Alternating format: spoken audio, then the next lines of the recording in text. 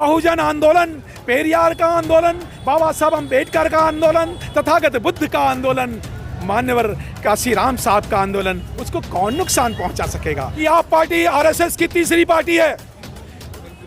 Congress RSS की mummy है। कांग्रेस ने आरएसएस को पैदा किया और बीजेपी कब पैदा किया? अगर वो बाबा साहब की तो बात करते हैं, पहले वो मान्यवर काशीराम साहब की बात नहीं करते थे, अब वो काशीराम साहब की बात करने लगे, अब बहन मायावती की बात नहीं करते हैं। तो राष्ट्रीय नेता होता है वो पूरे देश को दिशा देता है, और यहाँ जो सड़क के नेता होते हैं, जो बिकने वाले नेता होते हैं, जो कांग्रेस के बिके हुए, बीजेपी के बिके हुए और आरएसएस के एजेंट होते हैं, वो आपको ये बात नहीं बताएंगे। बाबा साहब अम्बेडकर कहते हैं Congress is burning house, Congress जलता हुआ घर है, कांग्रेस के 54 के मेंबर नहीं बनना। तो ये कौन से हैं जो जय जय जय जय जय भीम करते हैं और कांग्रेस के साथ मिलकर के काम करते हैं?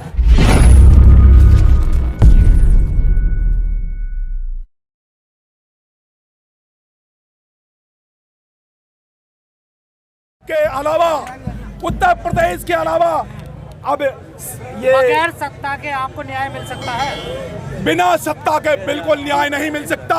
मैं उदाहरण के साथ बताता हूँ। बहुजन समाज पार्टी ने 5 यूनिवर्सिटियां बनाई हैं, गौतम बुद्धा यूनिवर्सिटी बनाई है, वहां तो ये सब कुछ नहीं होता। यहाँ दिल्ली यूनिवर्सिटी में ही क्यों होता है? जब बहन मायावती जी ने यूनिवर्सिटियां बनाई तो जानते हो बहन मायावती जी ने हजारों बच्चे विदेश भेज दिए पढ़ने के लिए, और ये मनुवादी लोग यहाँ देश में भी बच्चों को नहीं पढ़ने देते। और यही बहुजन कहते हैं कि मायावती तो बीजेपी की बी टीम है। ये जानते कौन लोग कहते हैं? ये कांग्रेस के और आरएसएस के चमचे कहते हैं। कौन से? मान्यवर काशीराम साहब के शब्दों में चमचे कहते हैं, जो कांग्रेस और बीजेपी के लिए काम करते हैं। कभी कांग्रेस कभी बीजेपी। साथियों, सरकार नहीं बदलनी है, अब नेताओं का चरित्र बदलना है, सामाजिक संगठनों का चरित्र बदलना है, धार्मिक आंदोलन चलाने वालों का। उत्तर भारत में बहुत सारे आजकल लोग नमो बुद्धाय करने लगे हैं। ये नमो बुद्धाय करने वाले लोग ये जानबूझ करके लोगों को सुलाना चाहते हैं धर्म के नाम पर। इनको राजनीति वोट की बात करनी चाहिए। तो मैं यहाँ से एक संदेश देना चाहता हूँ। पर आप लोग जितने अम्बेडकरवादी जातिवाद फैला रहे हैं देश में, मैं भारत के लोगों को एक बड़ा संदेश देना चाहता हूँ कि भारत के बहुजन लोगों, आप अगर असली और नकली नेता, असली और नकली संगठन की पहचान करना चाहते हो तो मैं बता देता हूं, आप उस संगठन के और उसे सामाजिक कार्यकर्ता से पूछना आपका राष्ट्रीय नेता कौन है। अगर राष्ट्रीय नेता बहुजन आंदोलन को दिशा देने वाला हो, अगर वो बाबा साहब की तो बात करते हैं, पहले वो मान्यवर काशीराम साहब की बात नहीं करते थे, अब वो काशीराम साहब की बात करने लगे, अब बहन मायावती की बात नहीं करते हैं। तो राष्ट्रीय नेता होता है वो पूरे देश को दिशा देता है, और यहाँ जो सड़क के नेता होते हैं, जो बिकने वाले नेता होते हैं, जो कांग्रेस के बिके हुए, बीजेपी के बिके हुए और आरएसएस के एजेंट होते हैं, वो आपको ये बात नहीं बताएंगे। तो पहली बात ये पूछना है। दूसरी बात, धार्मिक और सामाजिक आंदोलनकर्ताओं से ये पूछनी है कि वोट का बटन कहाँ दबाएं। अगर वो वोट का बटन नहीं, हम तो सामाजिक कार्यकर्ता हैं, क्या सामाजिक कार्यकर्ता 20 साल से छोटा है उसका वोट नहीं है? अगर वोट है तो वोट कहाँ जाता है? ये वोटों की लड़ाई है, ये राजसत्ता की लड़ाई है। और अगर हम ये सारी यहाँ समस्याएं नहीं होंगी, दिल्ली यूनिवर्सिटी में 60% प्रोफेसर होंगे अगर बहुजन समाज पार्टी केंद्र में आ गई। दिल्ली यूनिवर्सिटी में ओबीसी के 60% प्रोफेसर होंगे अगर बहुजन समाज पार्टी की बहन मायावती जी की केंद्र में सत्ता आती है और बहन मायावती जी प्रधानमंत्री। मान्यवर काशीराम साहब के शब्दों में 1932 के चमचे तो कहीं भी मिले जाते हैं। मुझे उन पे चमचों पे चर्चा नहीं करनी, मुझे चर्चा इस बात पे करनी है कि बहुजन आंदोलन की, बाबा साहब अम्बेडकर के आंदोलन की, तथागत बुद्ध फूले पेरियार के आंदोलन की और मान्यवर काशीराम साहब के आंदोलन की लड़ाई है कांग्रेसवाद, मनुवाद, ब्राह्मणवाद से। और एक ही पार्टी है जो बहुजन समाज पार्टी है, वो ब्राह्मणवाद से लड़ाई लड़ रही है, ये मैं कहना चाहता हूँ। लेकिन बसपा के नेता कह रहे हैं कि जो आजाद समाज पार्टी के नेता हैं, जो चंद्रशेखर हैं, वो तो बसपा से लड़ रहे हैं, वो मनुवाद से नहीं लड़ रहे हैं। तो भारत के लोगों में इतनी समझ है, भारत के लोगों में इतनी समझ है, कौन कहता कौन है क्या है। भारत के वोटरों में अब जाग चुके हैं बहुजन समाज के वोटर, वो जानते हैं कि करता कौन है, करती है बहुजन समाज पार्टी।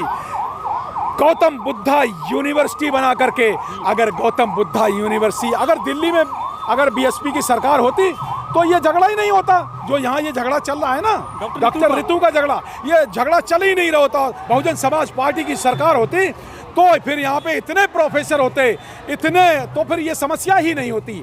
तो समस्या की जड़ है सत्ता, और सत्ता क्यों? क्योंकि मनुवादी सत्ता में है तो वो अपराध कर रहे हैं, तो मनुवादी जब तक सत्ता में रहेंगे वो अपराध करते रहेंगे। बहन जी से पहले आजाद समाज पार्टी के नेता जो चंद्रशेखर रावण है, वो गठबंधन करते जा रहे हैं, चाहे हनुमान बेनीवाल हो, चाहे केसीआर हो। क्या बहन जी का रास्ता बंद करते जा रहे हैं वो आगे आगे? नहीं, मैं बिल्कुल सहमत नहीं हूँ। जने कितने नेता आए और कितने नेता गए। अरे अगर किन्हीं नेताओं को, किनको नेता बनना है तो बहुजन समाज पार्टी नेता बनाने की फैक्ट्री है। हमें 29 मुख्यमंत्री चाहिए, कोई बात नहीं, कुछ केरल में मुख्यमंत्री बन जाएं, कुछ नए नए नेता हैं जो मुख्यमंत्री बनना चाहते हैं, कोई बात नहीं, बहुजन समाज पार्टी में काम करें, बहुजन समाज पार्टी में काम करें। बंगाल में हमें मुख्यमंत्री चाहिए, हमें तमिलनाडु में मुख्यमंत्री चाहिए, हमें 29 मुख्यमंत्री चाहिए, तो हम उनको दे सकते हैं। बहुजन समाज पार्टी के पास बहुत सारी जगह है, हम सबका स्वागत करेंगे, लेकिन बहुजन आंदोलन के लिए काम करना पड़ेगा। उन्हें कांग्रेस से लड़ना पड़ेगा, उन्हें कांग्रेस से युद्ध लेना पड़ेगा, उन्हें बीजेपी से लड़ना पड़ेगा। लेकिन ये नहीं कि आप कांग्रेस के चमचे बन करके, मान्यवर काशीराम साहब कहते हैं ये नांगना तो ये सांपनाथ, बाबा साहब अम्बेडकर कहते हैं, बाबा साहब अम्बेडकर कहते हैं Congress is burning house, Congress जलता हुआ घर है, कांग्रेस के 54 के मेंबर नहीं बनना। तो ये कौन से हैं जो जय जय जय जय जय भीम करते हैं और कांग्रेस के साथ मिलकर के काम करते हैं? ये तो भारत के बहुजन समाज के लोगों को जानना पड़ेगा। अगर भारत के बहुजन समाज के लोग दोस्त और दुश्मन की पहचान नहीं जानते, काश ये जब पहचान जान जाएंगे तो वो नहीं लड़ेंगे। समस्या इनकी क्या है? ये आपस में लड़ते हैं, इसलिए लड़ते हैं, जितने पार्टियां बनाते हैं, लड़ते पार्टियां इसलिए बनाते हैं कि उन्हें दोस्त और दुश्मन की पहचान नहीं है। जैसे मान्यवर अखिलेश यादव जी को पहचान नहीं थी दोस्त दुश्मन की, तो वो क्या किया? इंडिया गठबंधन, आजकल वो कांग्रेस की बुराई कर रहे हैं। अगर मान्यवर अखिलेश यादव को ये पता होता कि बाबा साहब अम्बेडकर कह गए हैं कि कांग्रेस के 54 के मेंबर नहीं बनना, तो फिर मान्यवर अखिलेश यादव ऐसी गलती नहीं करते। तो अभी कुछ नए नेता हैं, कुछ नई पार्टियां हैं, उनको ट्रेनिंग अभी मिल रही है। तो सर बीएसपी को कितना नुकसान पहुंचाएंगे ये भीम आर्मी के नेता हैं जो चंद्रशेखर? 1% भी नहीं, 1% भी नहीं। बहुजन समाज पार्टी नहीं है, बहुजन आंदोलन है। क्या बहुजन आंदोलन को कोई नुकसान पहुंचा सकता है? बहुजन आंदोलन को कोई नुकसान नहीं पहुंचा सकता। नेता तो आते जाते रहते हैं।